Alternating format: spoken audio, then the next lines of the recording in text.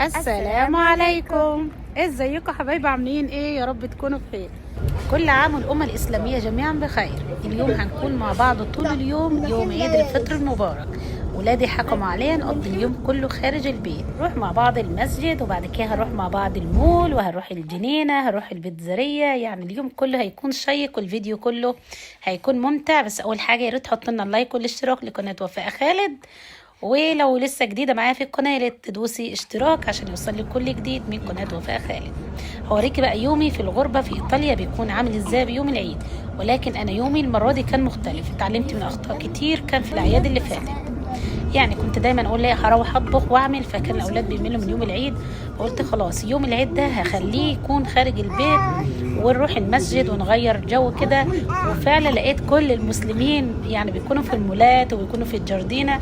هوريكم كل التفاصيل، ولكن في روح حلوة قوي في المسجد، والعيد بيكون في المسجد.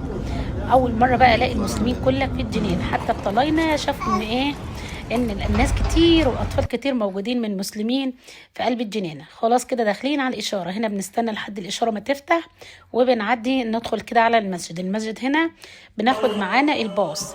المسجد هنا بيكون حاجه كده سريه، ما بيكونش صوت علني، واحنا كمسلمين بناخد تصريح بصلاه العيد. فبيكون في العيد الفطر بيكون في شتاء، فبيكون متوزع. الاعداد بتكون ايه، قليله في كل مسجد. هنا بقى بيكون في اوبن بوفيه بعد ما بنخلص صلاه، كل واحد بيكون عامل حاجه حلوه كده. ومعظم الحلويات اللي كانت موجوده كانت خاصه بالمغاربه ما شاء الله. هنا اوبن بوفيه اللي انت عايزاه تختاريه ليك ولاولادك او لنفسك.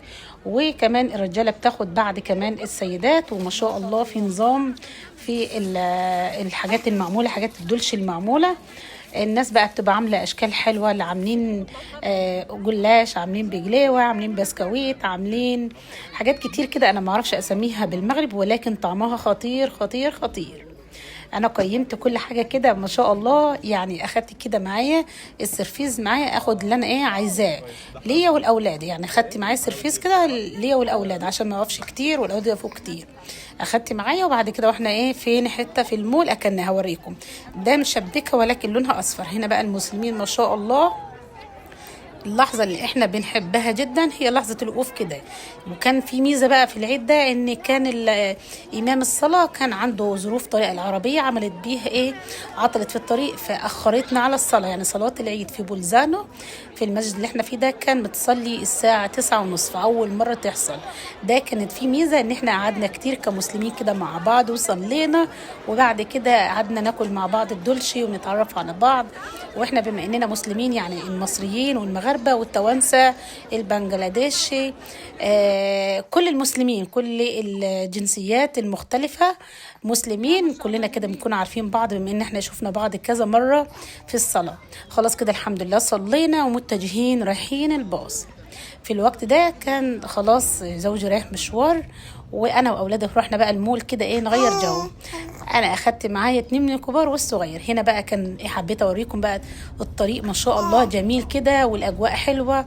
ويوم العيد كان يوم مشمس وكان فيه نسمه برد ولكن مش كتير زي كل يوم.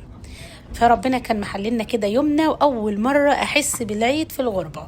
يعني في كل مره كده بتعلم من اخطائي ان انا ايه نحس بالعيد احسن من المره اللي قبلها. قبل كده كنت بقول لا لازم اطبخ وازن بقى الاولاد في ريح البيت ومعانا في البيت وما يخرجوش، كانوا بيحسوا بملل فظيع. في الاول خالص اولادنا لما بتكون في الغربه بيقولوا احنا مش عايزين نفضل في البيت، احنا عايزين ننزل مصر، احنا مش بنحس بالعيد. فلما قلت لهم خلاص المفروض انكم تاقلموا نفسكم عن الغربه، احنا مش في زياره، احنا خلاص دي حياتنا وده الاستقرار بتاعنا، فلازم تتعود على الغربة باللي فيها بحلوها بمرها. خلاص كده خلصنا وتوكلنا على الله. هناخدهم بقى نوديهم المول. كنا هننزل الجنينة، لقينا الجنينة ايه فاضية ما فيهاش اولاد في فترة الساعة كام، الساعة 11 الصبح. فقلنا خلاص احنا هنروح المول بما ان فيه ايه، في سوبر ماركت لو حبينا نشتري حاجة، في نفس الوقت فيه حمامات، فيه اللهم صل وسلم وبارك عليك يا حبيبي يا رسول الله. نصلي على رسولنا الكريم الاول. المهم كده ايه رأيكم الاول في البالونات الجميلة اللي كانت موجودة في الباسجينو بتاع البامبينو. البلالين هنا كانت بتتوزع، وكان في كمان هدايا كتير بتتوزع للأطفال ما شاء الله، والدولشي كان كتير. وهنا خلاص وصلنا المول فالتر بارك. المول ده جميل جدا جدا، في حاجات مميزة، في حاجات لتغيير الحفوضة بتاعت الأطفال، في كمان حمامات في الدور الأول وفي الدور التاني، في الأول والتالت أيوة حمامات. أما شحنة الموبايلات في الأول وفي التاني، في شحن الموبايلات كده على دوران السلم، في أماكن كده مفاتيح كده لشحن الموبايل لو موبايلك فصل. هنا بقى دي كمان دولشيات موجودة هناك، وفي أكلات، ولكن احنا بنستحرم إن احنا ناكل من أي مطعم خاص بماكدونالدز. المهم بقى دي كمان فيها زي ماسورة كده بيلفوا فيها، اسمها ايه يا محمد دي؟ زحلقة. اسمها لا شوف اسمه ايه، شيفولو. شيفولو. زحليجة بيزحلقوا بيها من الدور الثالث للدور الثاني. وهنا كنت انا قاعده بشحن الموبايل، وفي استراحه كمان موجوده لاي حد عايز يستريح بيقعد في المكان ده. وهنا كان الاولاد ما شاء الله قعدوا بقى يلعبوا، عيشتهم يعني اليوم بالعيد. ولكن انا يعني اخدت علقه كده من الموت بسبب ان انا مش متعوده بقالي فتره طويله. ده الطبق اللي انا كنت اخدته، فحبيت ان انا ايه يعني كنت خلاص بقى فصلت يعني من الصبح، واحنا ايه كله كده ايه ماشي بجري، وحبينا ان احنا نقعد بقى في الشموسه وناكل كده براحتنا. بعد ما قعدت شويه طلعنا كده قدام فالتر بارك، فيه نافوره بالمنظر ده، في مكان للاولاد بتلعب فيه. الدور التالت زي ما قلت لكم في مكان لتغيير الحفاضات، في الحمامات، في مكان لشحن الموبايلات. هنا بقى كل الالعاب دي بتكون مجانيه عندي مول فالتر بارك. وفي كمان في الجنينه من تحت العاب. هنا بقى في نص اليوم زي ما قلت لكم اليوم ماشي طبيعي خالص، هنا في مدارس والاولاد هنا كانوا مروحين من مدارسهم خالص. في الوقت ده كنا خلاص رايحين فين، رايحين نتغدى. كانت الساعه 2:30 بالظبط، كنا خارجين خلاص، الاولاد كانوا جاعوا. ده كان في ماركاتو بسبب ايه عيد شم النسيم، حاجات كده موجوده بيعملوها، كل واحده بتعمل كده حاجات ايه من صنع ايديها. يعني عاملين غطيان الازوزه، عاملينها ميداليات، وفي الحفر هوريكم حاجات كتير قوي. وكنت بسالها بقول لها دي شغلك؟ قالت لا كل ده من الاشغال بتاعتي، ده غطيان بتاعت الازازه بتاعت الازوزه زمان، وشنط كده هي بتشتغلها، وده خشب كمان هم اللي عاملينه.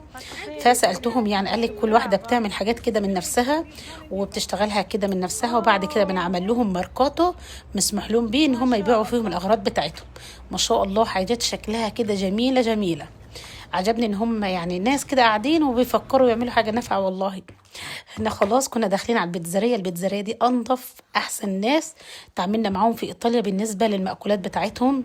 الاكل بتاعهم نظيف، طعمه حلو خالص، في نفس الوقت ناس كده ذوق. هنا بقى كنا مستنيين الاشاره تفتح.